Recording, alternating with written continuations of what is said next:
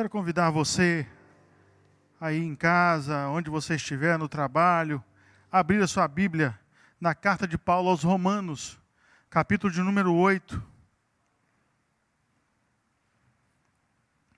A partir do verso de número 31. Carta de Paulo aos Romanos, capítulo 8, a partir do verso 31. Diz assim a palavra de Deus: Que diremos, pois, diante destas coisas? Se Deus é por nós, quem será contra nós?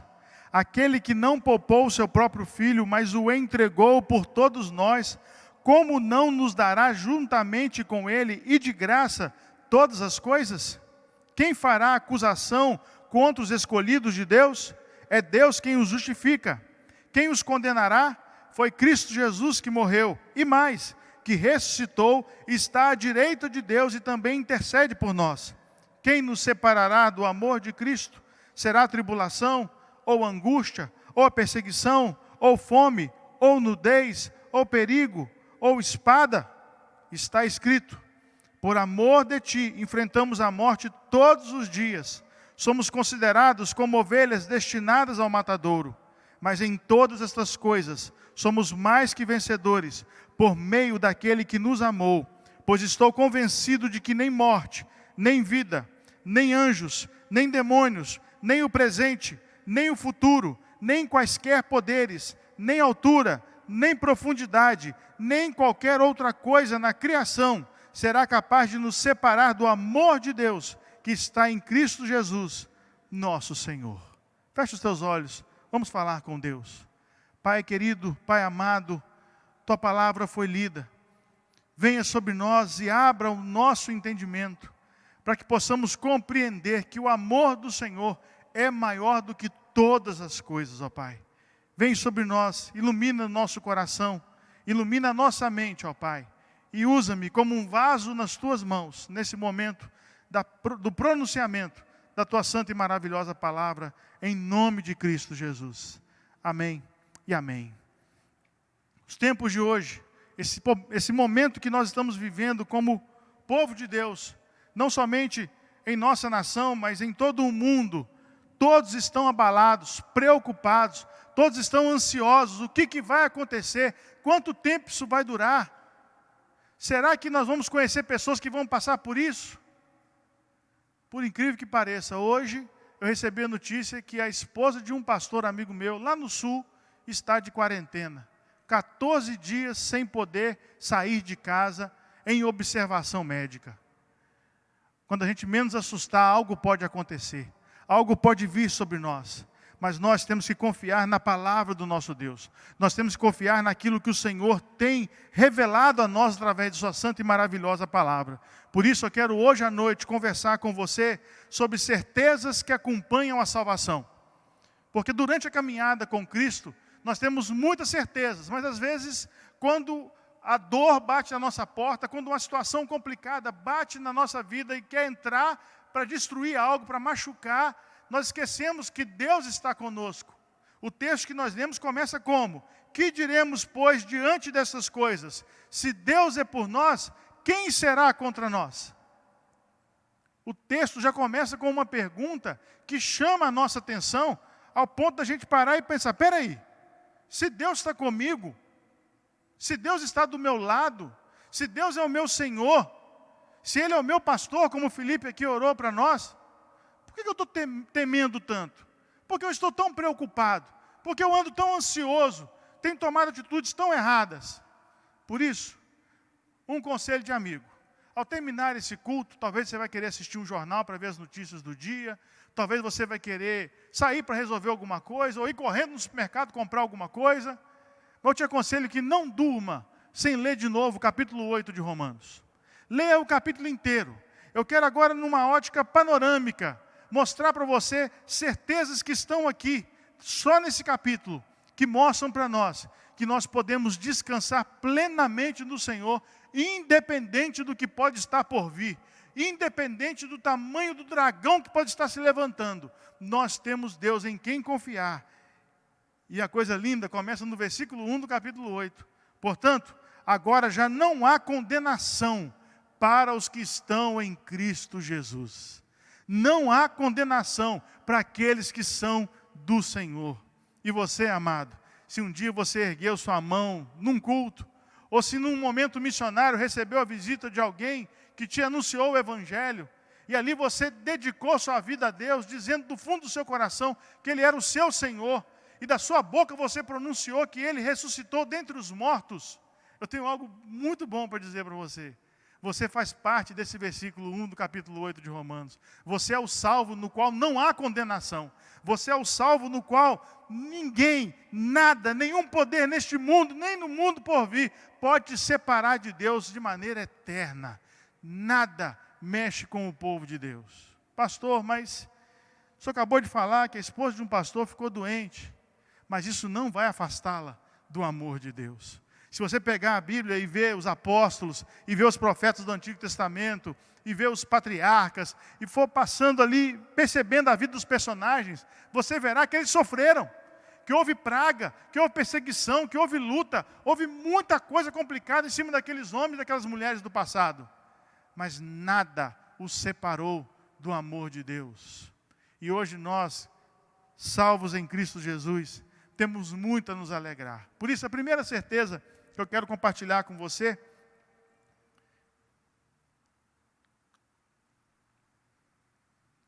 é que o salvo, ele tem uma posição. A nossa posição é a posição de filho. Não se preocupe, o seu pai está olhando para você, cuidando de você, te amando de uma maneira tão tremenda, e você não tem com que se preocupar. Se você perceber, em Cristo Jesus, Deus nos fez seu filho. E hoje, como filhos, por adoção, nós somos parte de uma família chamada Família de Deus. E por sermos parte dessa família de Deus, Deus não olha mais para nós como pecadores perdidos, vivendo uma vida bagunçada. Deus olha para nós como filhos, e filhos amados.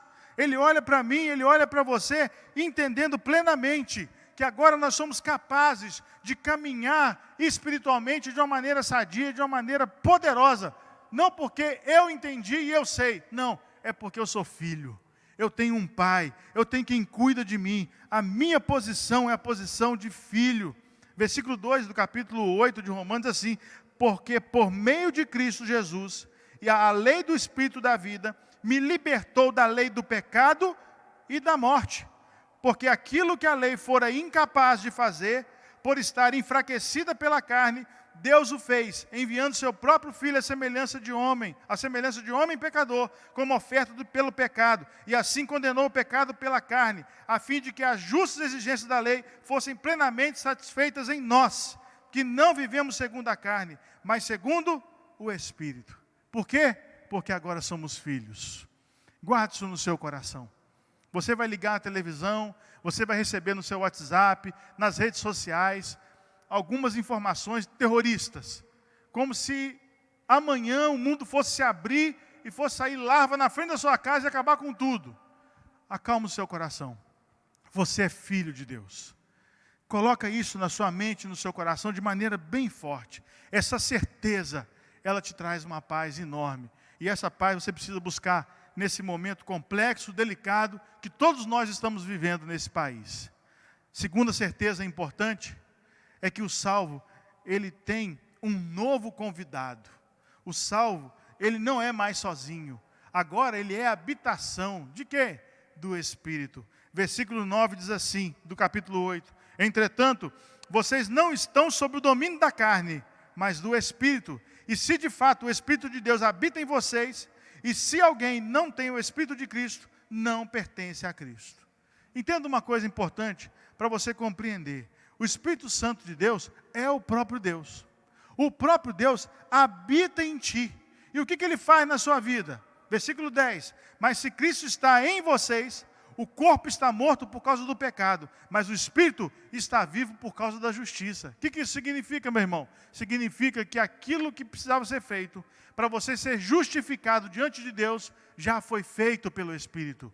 E agora, em Cristo, você caminha com a convicção plena de que em ti habita o Espírito Santo de Deus. O próprio Deus é o seu guia, é o seu professor, é aquele que ilumina a sua mente, é aquele que, enquanto você está ouvindo uma mensagem como essa, começa a traduzir e interpretar as verdades na sua mente, e você vai compreendendo profundamente como é verdade o que Deus está falando ao seu coração.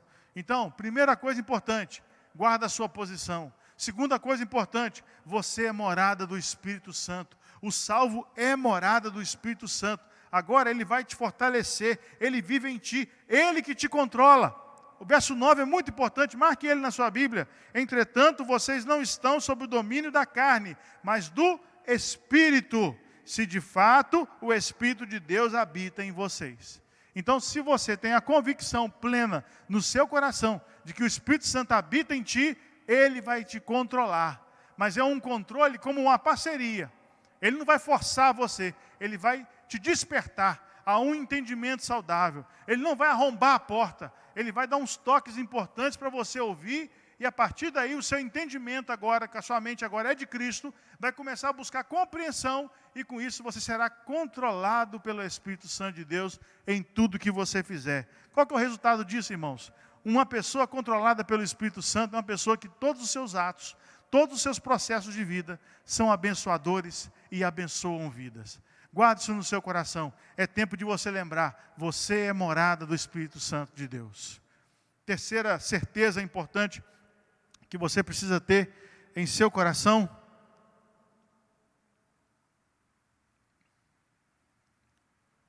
tem muito a ver com a primeira lição que foi colocada aqui. A sua posição é de filho.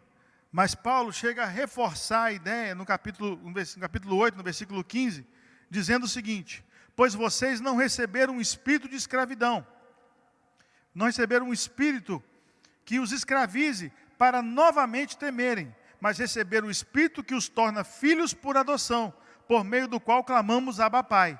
O próprio Espírito testemunha ao nosso Espírito que somos filhos de Deus. Se somos filhos, então somos herdeiros. Herdeiros de Deus e co-herdeiros com Cristo. Se de fato participamos dos seus sofrimentos, para também participarmos da sua glória.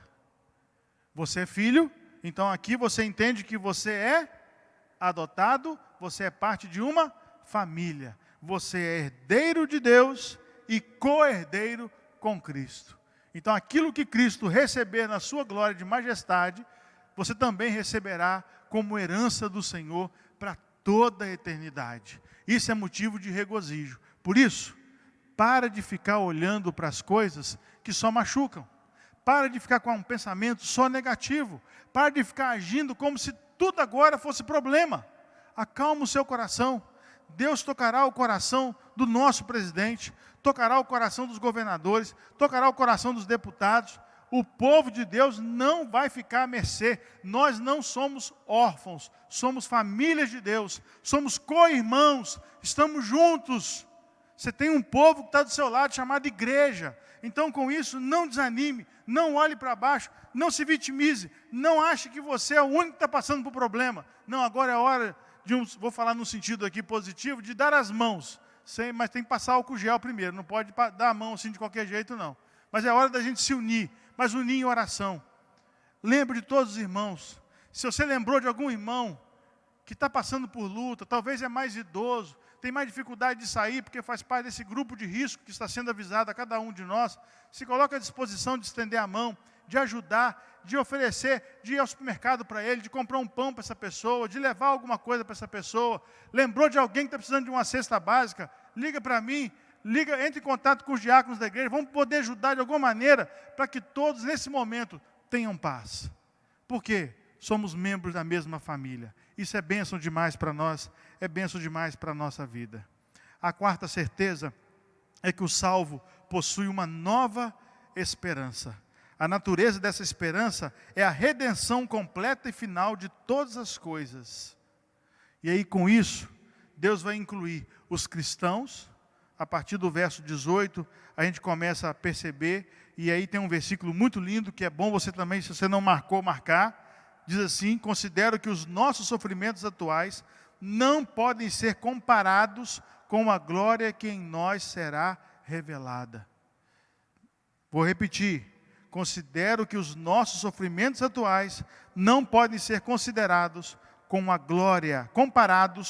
a glória que em nós será revelada. Irmãos, o sofrimento da presente era, que começou desde que Cristo foi aos céus, assunto aos céus, até o dia que Ele voltar das nuvens com poder e glória, não pode ser comparado com o que há de ser revelado em nós. Eu acho lindo demais essa parte. Em nós.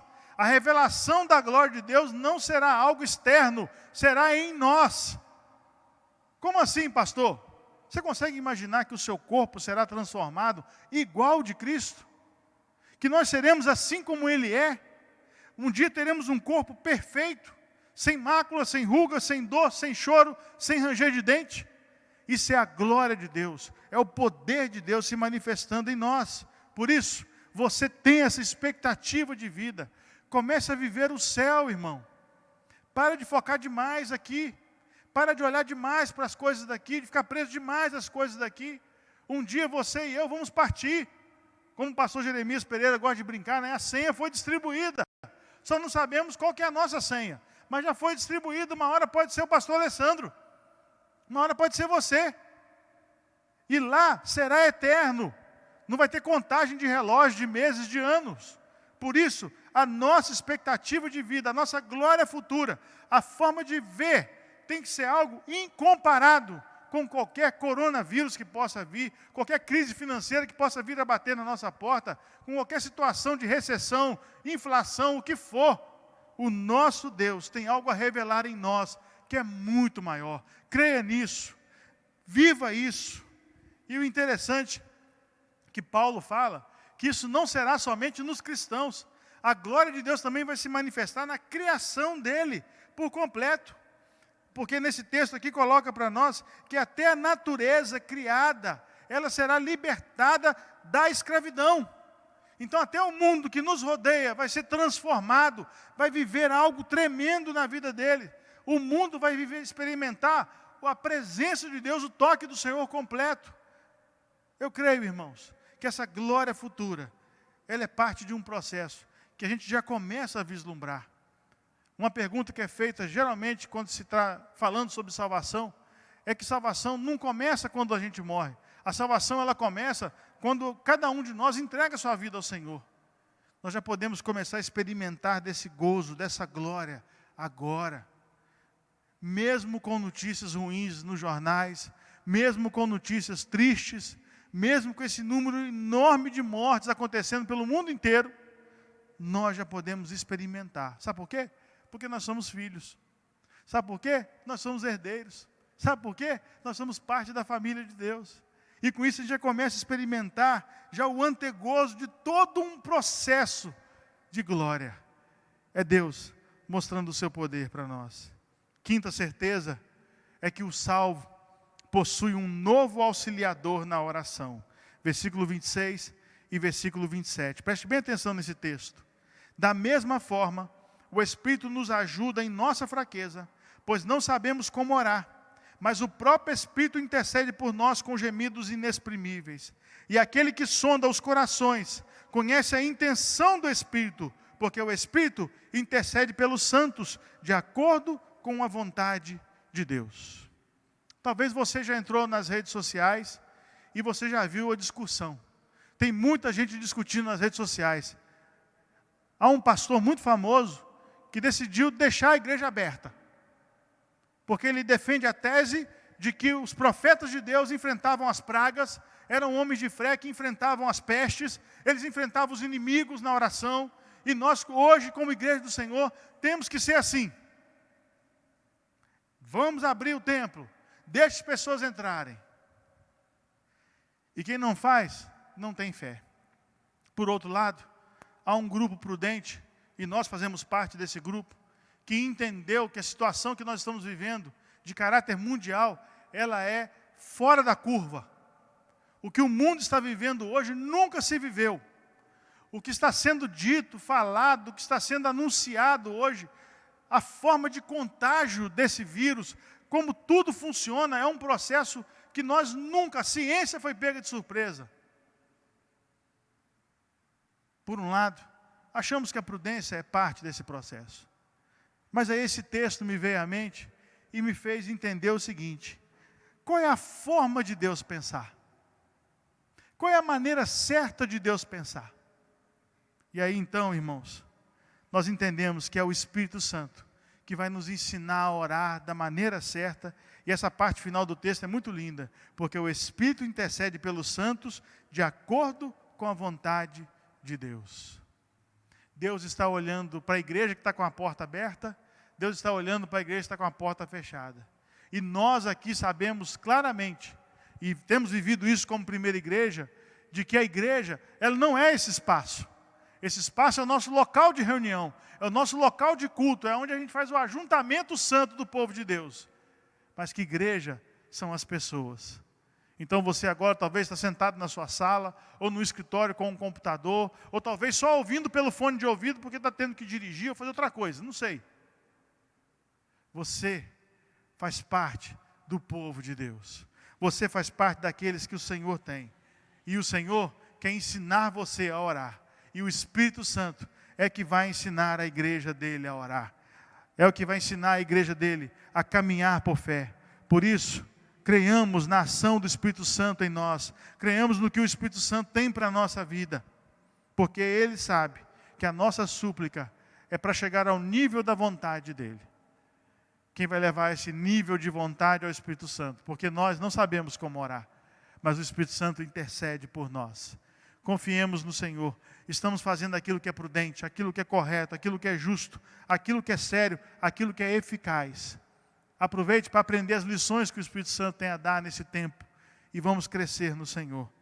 Sexta certeza. São 95 certezas, irmãos. Está em casa mesmo, sentado, assistindo aí, fica tranquilo, né? Está sendo gravado, depois você pode ver o restante. São 95 certezas. Sexta certeza. O salvo possui uma nova confiança. Versículo 28, é um dos mais famosos de Romanos 8. Sabemos que Deus age em todas as coisas para o bem daqueles que o amam, dos que foram chamados de acordo com o seu propósito. Deus faz com que tudo opere para que a vontade dele lá no final se conclua. Pastor, mas nós temos que entender algumas coisas. E eu conversava isso hoje com alguns pastores, que eles ficam falando, alguns pastores ficam assim: poxa gente, Deus vai mandar uma peste dessa para matar pessoas. Irmãos, entendam bem uma coisa. Deus criou essa terra, colocou o homem aqui para governar e dominar, mas o homem caiu. A partir daquele instante, o pecado passou a habitar em tudo que o homem faz. Aonde o homem põe a mão, o pecado vai lá sorrateiramente e atrapalha todo o processo. E não se engane, a partir daí, toda a humanidade sofre por causa do pecado. O pecado nos afasta da vontade de Deus, o pecado afastou a criação, afastou a humanidade, afastou o homem do centro da vontade de Deus. Quando conhecemos Cristo e voltamos para a rota, e voltamos a caminhar do jeito que Cristo quer que a gente caminhe, nós começamos a experimentar de novo o propósito de Deus, a vontade de Deus para as nossas vidas. Por isso, que em meio a esse caos, que não foi plantado por Deus, isso é maldade do homem, isso é o homem fazendo coisas que não deve, misturando ideias, havendo complicações, resultado, mutações genéticas, coisas erradas, culminam em situações como essa. Até nisso, nós podemos ver Deus agindo, para que algo tremendo aconteça na nossa vida. Talvez hoje, diante da sua televisão ou do seu computador, pessoas que nunca viriam à igreja, agora estão parando para ouvir a palavra de Deus. Deus tem propósitos aonde a gente menos imagina, quando a gente menos espera. E você, irmão, amado do Senhor, você tem essa confiança do seu lado. Em tudo, Deus tem um propósito. Em tudo, Ele tem algo a ensinar. Deus é pedagógico, didático o tempo todo. O tempo todo Ele está ensinando. O tempo todo Ele está mostrando a rota certa. O tempo todo Ele está nos direcionando. Por isso, compreenda bem esse verso. Nós sabemos que Deus age em todas as coisas para que a vontade dEle, o propósito dEle, seja cumprido, seja resolvido. Mas por último, a última certeza sétima e última, é que o salvo, ele tem um destino. O salvo sabe para onde ele vai. A partir do verso 29, quando o apóstolo Paulo fala que nós aqui de antemão já conhecemos o Senhor e estamos sendo moldados conforme a imagem do seu Filho, a partir dali, a Bíblia vai nos mostrando os passos, vai nos mostrando os caminhos que nós temos que seguir e mostrando a rota que nós vamos alcançar. Por isso, meus irmãos, o próprio Pai, Ele decretou que o nosso caminho está ligado a Cristo. Nós temos esse destino, Jesus. Ele vai nos preencher de maneira plena. Ele vai nos fazer com que tudo seja alcançável. E com isso experimentaremos mais do Senhor. Por isso, perceba bem o texto bíblico. Nós fomos conhecidos de antemão pelo Pai. Fomos predestinados pelo Pai, chamados pelo Pai, justificados pelo Pai e glorificados pelo Pai. Deus já trabalhou em nós para que nós pudéssemos experimentar de maneira profunda o próprio Cristo. Ele é a nossa rota. Então guarde bem no seu coração. Toda luta que você está enfrentando, toda situação complexa que você está enfrentando, guarde bem no seu coração. É para gerar Cristo em você. É para gerar mais de Cristo na sua vida. Não existe, irmãos, acusação possível contra os crentes. Nós lemos aqui, se Deus é por nós, quem será contra nós? Ele mesmo deu o seu Filho por nós e agora vai nos dar com Ele todas as coisas. O Filho não vai mais permitir nem morte, nem principados, nem potestades, nem angústia, nem nudez, nem fome, nem perigo ou espada vai nos separar de Cristo Jesus. O nosso destino é estar nele e viver com Ele. Isso é que faz de mim e de você mais que vencedor. É isso que faz de cada um de nós cada vez mais fortes, cada vez mais firmes no Senhor, para que possamos caminhar entendendo que o amor dele é tão profundo que nada vai nos separar do amor de Deus. Nem demônios, nem o diabo tem poder para te separar da graça do Senhor. Por isso, querido, eu quero finalizar deixando aqui algumas dicas importantes para que você possa acalmar o seu coração nesse momento de isolamento. Você sabe muito bem que foi decretado hoje, agora, no fim da tarde, nosso município também decretou umas novas regras para nós, está circulando em todas as redes sociais. A partir de agora, shoppings não vão mais funcionar, cinemas não vão mais funcionar por um período de tempo. E com isso, você mesmo terá que se isolar, terá que se afastar. É desconfortável? É desconfortável. Por quê? Porque nós fomos criados para a interação. Nós não fomos criados para o isolamento. Fomos criados para interagir com pessoas, conversar com gente, abraçar, beijar, ficar junto. Fomos criados para isso. Não para o afastamento, não para o isolamento. Por isso eu quero dar umas dicas importantes que eu pesquisei hoje aqui, que envolve muito o lado emocional. Primeira coisa, evite o excesso de informação desnecessária. Isso pode gerar ansiedade. Ficar o tempo todo ali pesquisando coisa, vendo coisa, então, cuidado.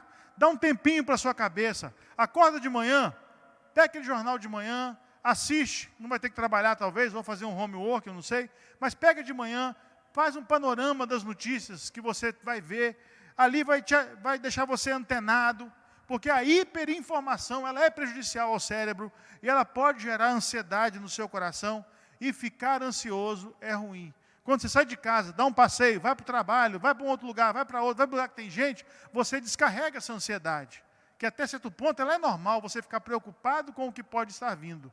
Mas quando chega num nível onde o seu humor começa a ser abalado, cuidado. Então, primeira dica importante, evite o excesso de informações desnecessárias. Segundo, evite pensamentos vitimistas, pois a vitimização distorce a realidade. Estar em isolamento nesse momento não é uma punição, e sim uma preservação, é uma contribuição para o bem comum. Você não está sendo isolado, o governo não está pedindo para você ficar em casa, não está havendo decreto ou ordens da parte do governo porque ele é mau. Não, a ideia é preservar a sua vida, a ideia é que você continue vivo, forte, atuante no seu dia a dia. Então não permita que o pensamento de vitimismo entre na sua cabeça, aloje ali, tirando você da realidade.